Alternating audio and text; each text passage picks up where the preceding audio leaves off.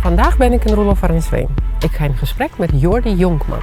Hij is een fysiotherapeut en heeft een eigen praktijk in Roelof Arendsveen. Wie is Jordi, wat doet hij en waarom is hij zo gewild bij zijn patiënten? Ze komen speciaal voor zijn behandelingen van Alkmaar naar Roelof Arendsveen. Ik ben erg benieuwd naar wat hij te vertellen heeft. Kom, laten we gaan.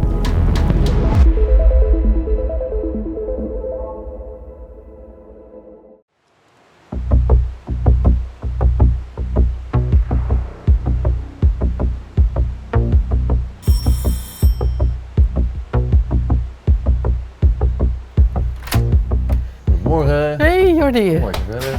Nou, mag ik binnenkomen? Tuurlijk, kom lekker verder. Ja, oh, wel leuk. Wees welkom. Ja. Is lekker Ja, geslapen? ik heb heerlijk geslapen. Ja hoor. Jullie ook? Ja, ik ben, wij wonen in hetzelfde dorp. Ja, Ik hoef niet wel ver weg te reizen, dus Nee, dat is, scheelt. het is niet groot, maar voor mijzelf Ja. ideaal. Ja hoor, ik zit hier prima. Zullen we een bak koffie nemen? Ja, lekker. Kook je wel zelf? Probeer ik een keer of 2 in de week wel te doen, ja. Hoe is het om Roelof Arendsveen een eigen praktijk te hebben? Als je het goed doet, dan gaat dat vrij snel. Ja, ik merk wel in een dorp dat wordt dan vrij snel verspreid, zeg maar. Ja. Dus iedereen kent jou eigenlijk? Ik heb redelijk wat kennis, ja. Ik heb wat gevoetbald en daar ook als fysio gewerkt, dus daar kennen we de gasten me ook al van. En vanuit de voetbal ook ken je toch heel veel mensen zo her en der. Wanneer je wist dat jij echt fysiotherapeut wil worden? Ik denk dat ik een jaar of 12, 13 was, brugklas denk ik al. Ja.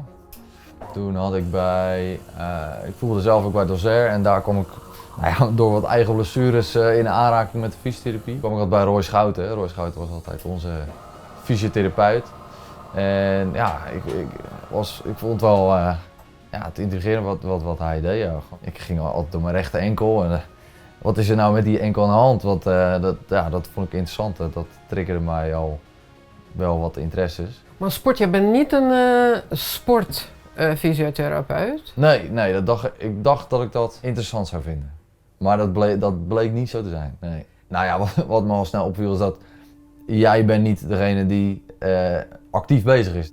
Ik kreeg een patiënt met klachten aan zijn Achillespees rechts. Ja. Die was na het hardlopen had hij last gekregen van zijn Achillespees rechts. Waarom alleen rechts?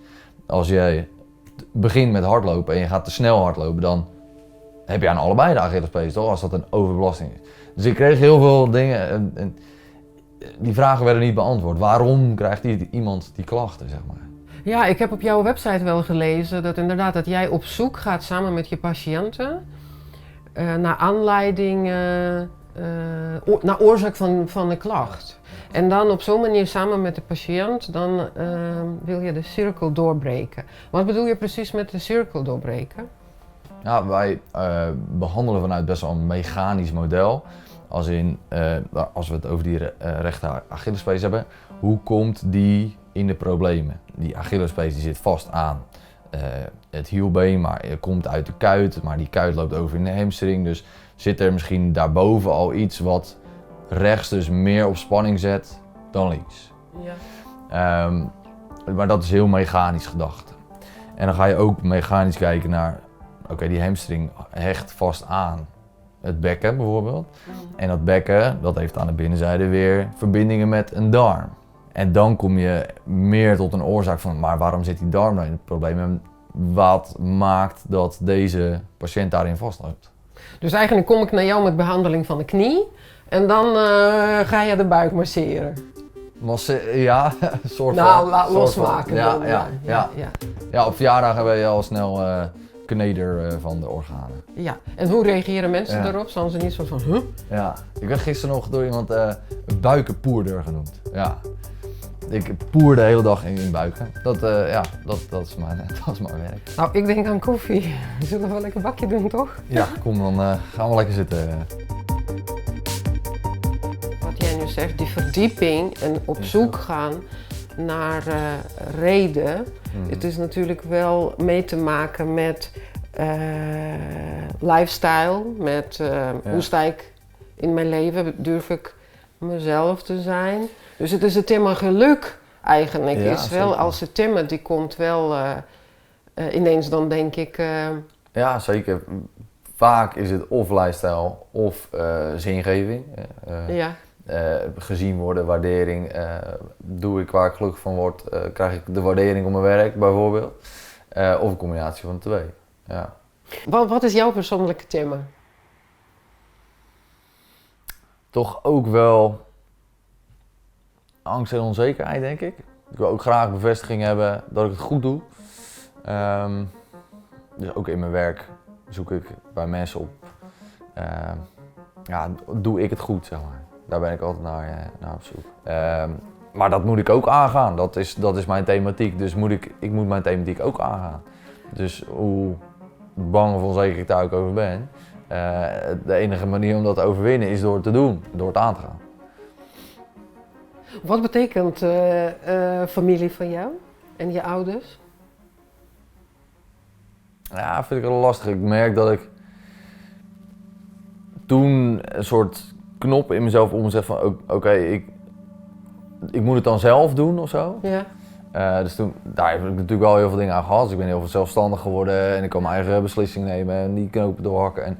Maar daardoor vind ik het ook wel heel moeilijk om hulp te vragen en om me kwetsbaar op te stellen. Mm-hmm. En ook dat contact op te zoeken bij mijn ouders bijvoorbeeld.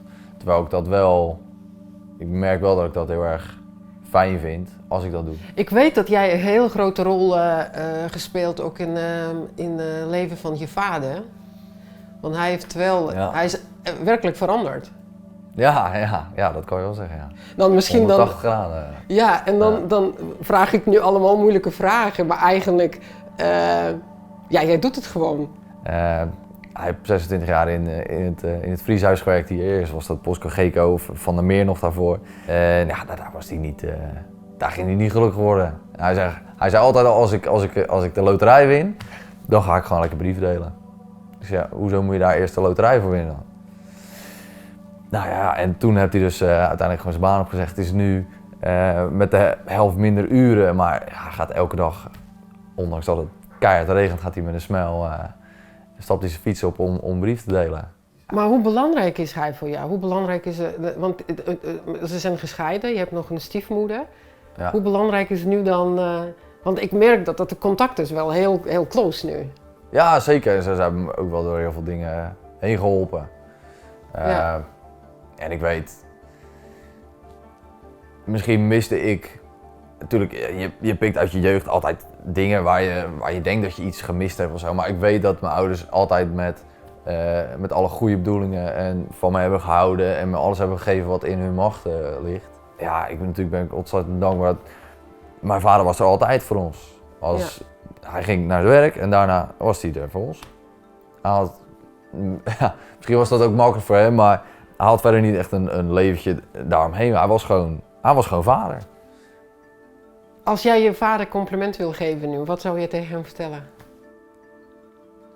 Ja, dat hij er gewoon altijd voor ons was, dat was fantastisch. En meer kan een kind niet wensen dat zijn ouders te zijn. Ik heb jouw vader ontmoet. Ik heb natuurlijk hem gebeld. Ja. En ik heb met hem gesproken. Dus ik heb een verrassing voor jou. Ik wil je iets laten horen. Ja.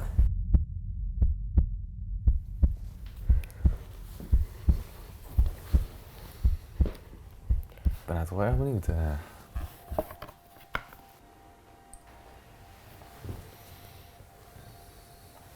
Ik ben dus Remco, vader van Jordi. En ik ben tegenwoordig postbode. En dat heb ik altijd al willen doen, dus heerlijk. Maar hij vertelde mij dat jouw leven is veranderd. En ik had zo'n gevoel toch dat Jordi heeft iets mee te maken met die verandering. Sowieso hebben we heel veel gesprekken gehad toen hij nog thuis woonde. En op een gegeven moment gaf hij mij een boek wat hij zelf had gelezen, De Logica van Geluk. Dat heeft mijn leven wel veranderd, ja. In het leven en het nu, met wat jij hebt en dan zoeken echt geluk juist bij jezelf, dat had je niet. Nee, ik denk dat een heleboel mensen dat niet hebben. Dat we gewoon maar een soort doorrollen in het leven. De dingen gebeuren zonder dat je stilstaat bij hoe je gelukkiger kan zijn. Zeg maar. En dat kan. Iedereen zou dat kunnen. Ben jij gelukkiger niet door het boek, maar door het boek was door je zoon gegeven. Dus dat is ook wel iets van... Is het een toeval? Zeker. Ja, voor die band, Zeker, voor de band inderdaad, ja. Zeker. Dus eigenlijk het is een soort van dat hij wil jou helpen. Of hij ziet misschien iets wat hij denkt, oké, het kan wel anders. En dan op zo'n manier... Ja. Het is ook wel heel mooi manier. En willen jullie nog iets wel heel belangrijk tegen hem vertellen wat hij moet weten? Misschien altijd een beetje lastig dat je als ouders dat dan niet uitspreekt, zeg maar, en dat je ervan uitgaat. Ik hoop maar dat mijn kinderen het weten, zeg maar. Dat ik van ze hou. Ja, misschien moet je dat gewoon vaker zeggen, inderdaad. Ja. Ik ben wel zo dankbaar dat ik hem mee mag maken, zeg maar. Dat hij mijn zoon is. Ik ben gewoon super trots op die jongen, hoe hij het doet, hoe hij in het leven staat. Ja, geweldig. Ja, het is een toppertje. Nou, ik zou hem dan willen zeggen dat hij mij ontzettend dierbaar is. Oh jee, ik krijg gewoon een soort van... ik heb ook een hele speciale band met hem. En ja, hij is me gewoon ontzettend dierbaar. En ik wens hem gewoon inderdaad alle geluk toe van de wereld. En ik gun hem, ja... Dat wat hij mij gegeven hebt, dat gun ik hem ook gewoon. Je bent ook super trots op hem. Ik ben echt super trots op hem, ja.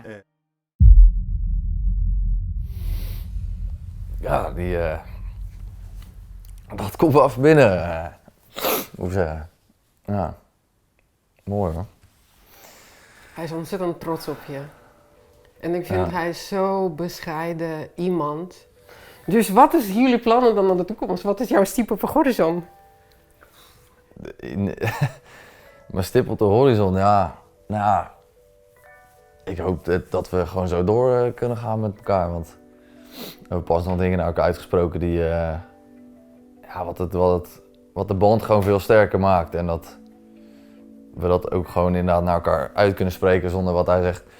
Dat maar stilzwijgend aanwezig moet zijn. Ja. Is fijn dat je dat af en toe kan bevestigen naar elkaar. Even iets anders. Ik zag wel bij jouw praktijk een flesjes staan. Wat zijn dat voor flesjes? Ja, er staan heel veel flesjes. De ene zijn Star remedies, dus die werken meer op de psyche. Die zijn gewonnen uit bloesems. En er staan ook heel veel supplementen. Fulvinezuur, probiotica, magnesium. Die ja, eigenlijk aangevuld kunnen worden en uiteindelijk met voeding, goede voeding onderhouden kunnen worden. Mogen we dat wel zien? Ja, natuurlijk.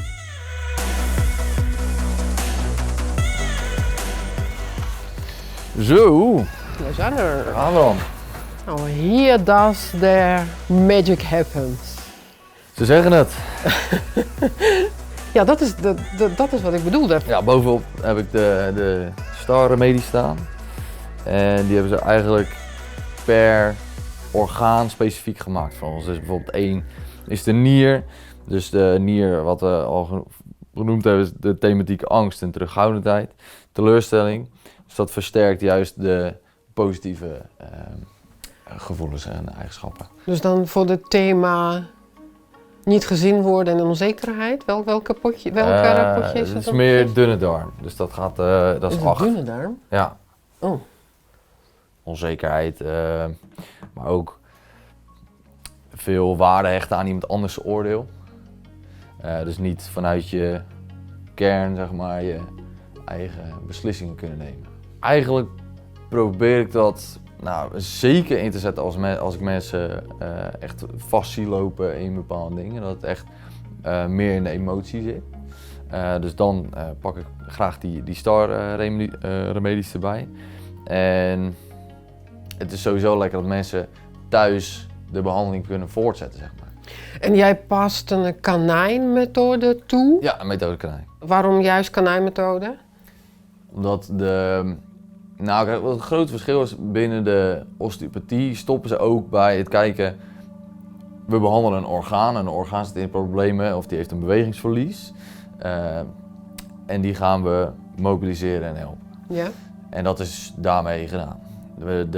Dat is echt de methodekernij die nog een stap maakt naar dit heeft die en die thema's. Welk orgaan is het beginpunt? Dus welke dominosteen ga ik omgooien zodat die andere compensaties.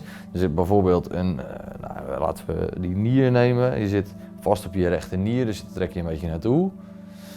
Die zorgt uiteindelijk voor dat je ook je bekken gaat kantelen naar die kant toe. Dus die krijg je geblokkeerd naar voren te staan. En dan bovenop ga je weer een beetje compenseren om weer recht vooruit te kijken. Dus die compensaties lossen al op met het behandelen van die nier bijvoorbeeld. Nou, stel me dat ik een terugkerende pijn heb en dan twijfel ik naar wie moet ik dan gaan. En als je in één zin moet vertellen, wat beloof je aan mij als ik jou kies? Dat ik in ieder geval verder kijk als de andere fysiotherapeuten. Dat ik weefsels meeneem die zij niet meenemen. En ja, daardoor ook misschien wel meer tot de oorzaak komt dan bij anderen. Ja, maar ik zie dan de boekenkast. Want leven lang leren, dus ook wel iets in jou zit. Ja, nou, zeker, zeker. En ik ben benieuwd. De logica van geluk? Ja, daar staat hij. De logica van geluk. En dat is...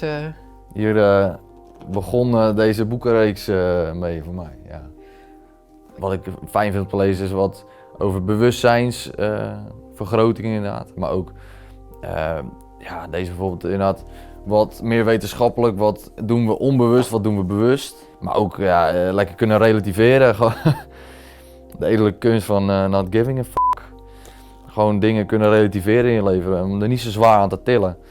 En ja. Welke boek zou jij mij adviseren te lezen om met mijn eigen persoonlijke thema aan de slag te gaan?